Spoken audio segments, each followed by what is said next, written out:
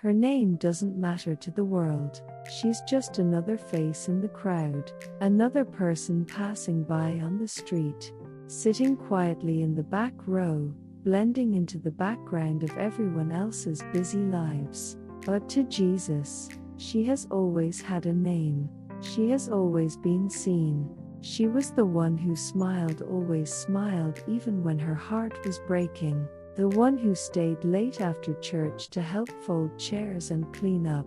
The one who sent encouraging messages at midnight to friends who were struggling. Even though she was drowning in her own pain, she prayed for others, listened to their stories, held their secrets like sacred things. People called her strong, reliable, the one you could count on. But no one asked if she was okay. No one noticed the weight she carried behind that smile. Not long ago, she thought she'd found someone safe. A friend. Someone she could finally trust with the parts of herself she kept hidden, the scars, the shame, the memories she tried so hard to bury. She opened up, carefully, slowly, like someone learning to breathe again after being underwater too long. She told them about her past, about the things that still hurt, about the nights she cried herself to sleep, wondering if God had forgotten her name. And for a moment, it felt like relief, like maybe, just maybe, she didn't have to carry it all alone anymore. But then, something changed. The words she'd shared in confidence became whispers in the hallway. Details she'd trusted someone with became gossip wrapped in concern. Stories retold with judgment instead of grace. She started noticing it, the way people looked at her differently now. The way conversations stopped when she walked into a room. The awkward silences. The eyes that wouldn't quite meet hers. Even at church.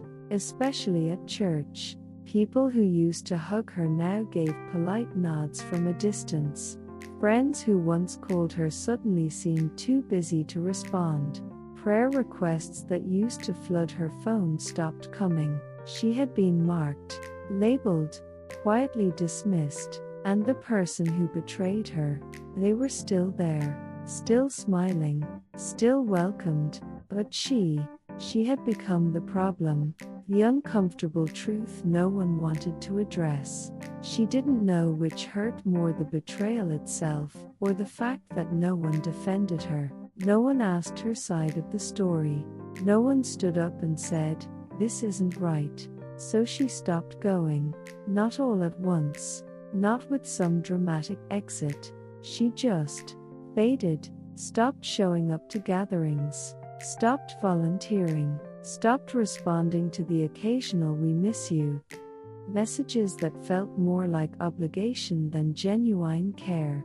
She stopped praying too, not because she was angry at God, not exactly. She was just tired. So tired.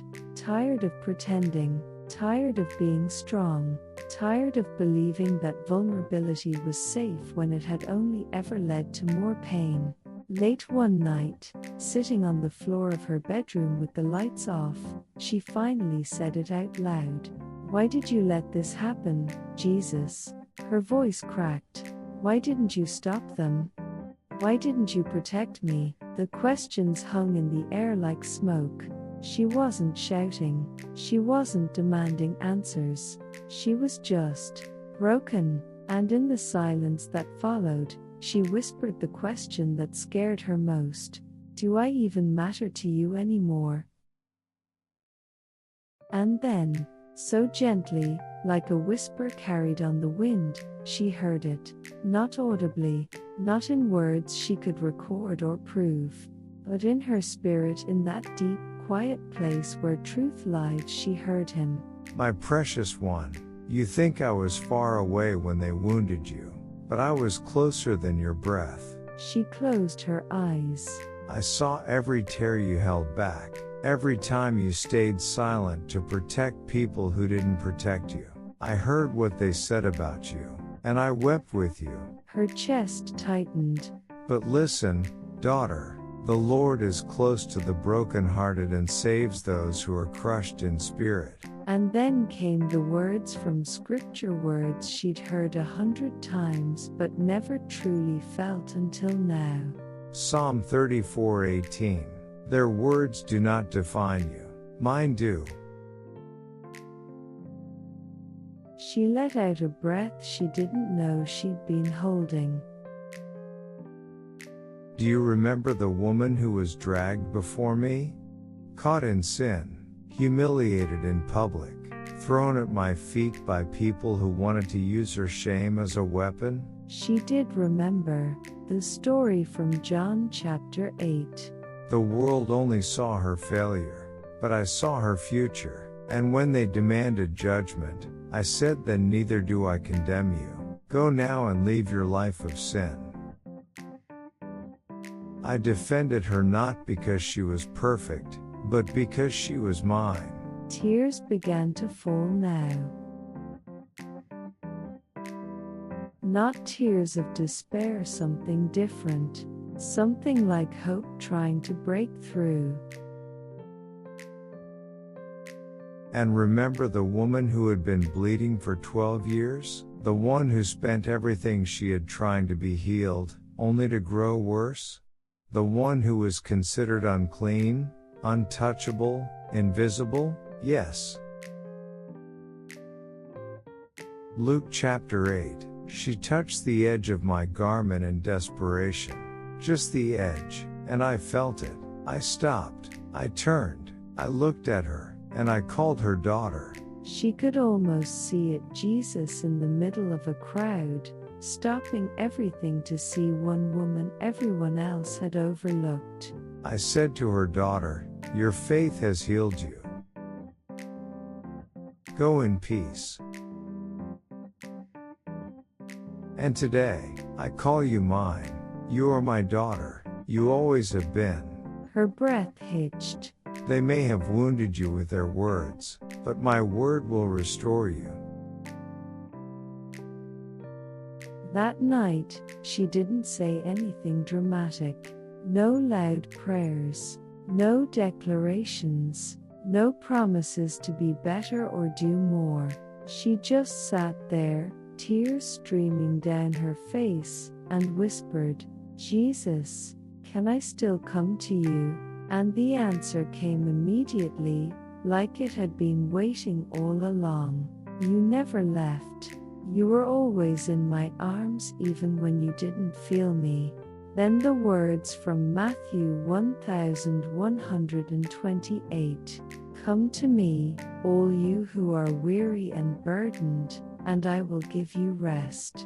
Rest, not more striving, not more performing, not more trying to prove she was worthy, just rest. She curled up on the floor, still crying, but this time it felt different, like something inside her that had been frozen was finally beginning to thaw, like maybe, just maybe, she could breathe again.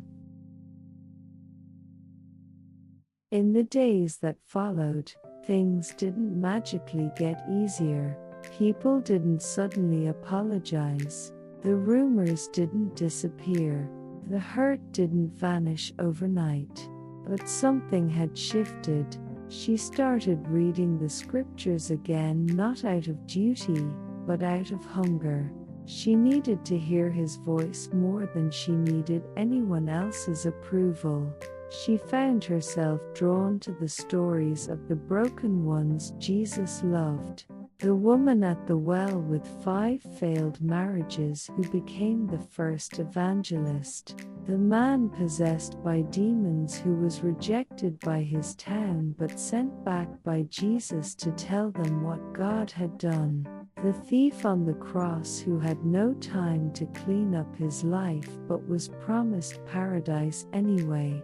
People who were messy, wounded, disqualified by the world's standards, but seen, loved, restored by Jesus.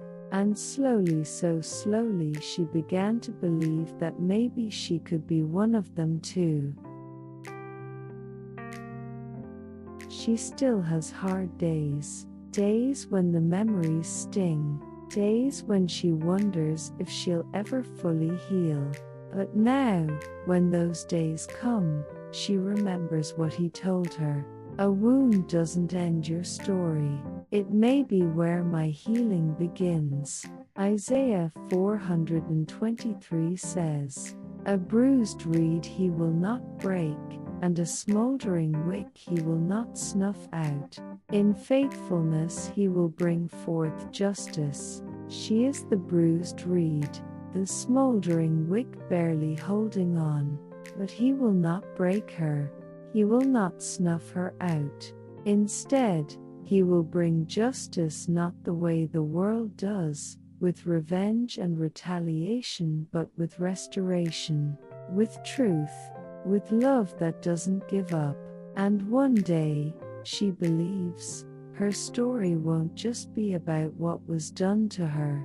It will be about what he did in her, how he took the broken pieces and made something beautiful, how he turned her betrayal into a testimony, how he proved that even when people fail us, he never will. Her name doesn't matter to the world, but to Jesus, it always has. She is seen, known, loved, not because she's perfect, not because she has it all together, but because she belongs to him. And nothing, not betrayal, not gossip, not pain, not shame can ever change that. If you're listening to this and you've been hurt by people who were supposed to love you, if you've been betrayed by those you trusted, if you've stopped believing you matter, he wants you to know, you are not forgotten, you are not invisible, you are his. And he is close to the brokenhearted, closer than you think, closer than your next breath. Come to him, just as you are, wounded, weary, broken. He will not turn you away. He never has, and he never will. You. Yes, you listening this. Maybe you are her, the one who's always smiling, always showing up, always holding everyone else together. But tonight, Jesus wants to hold you. He sees the weight you've been carrying in silence. He knows the ache behind your kindness, the tears behind your strength. You are not invisible. You are not forgotten. To the world, you may feel small, but to Jesus you have always had a name. If this spoke to you, you're not alone. You can share your heart in the comments or just leave a heart and we'll know. We're praying for every heart that feels unseen tonight. Your story matters, your healing matters, and so do you.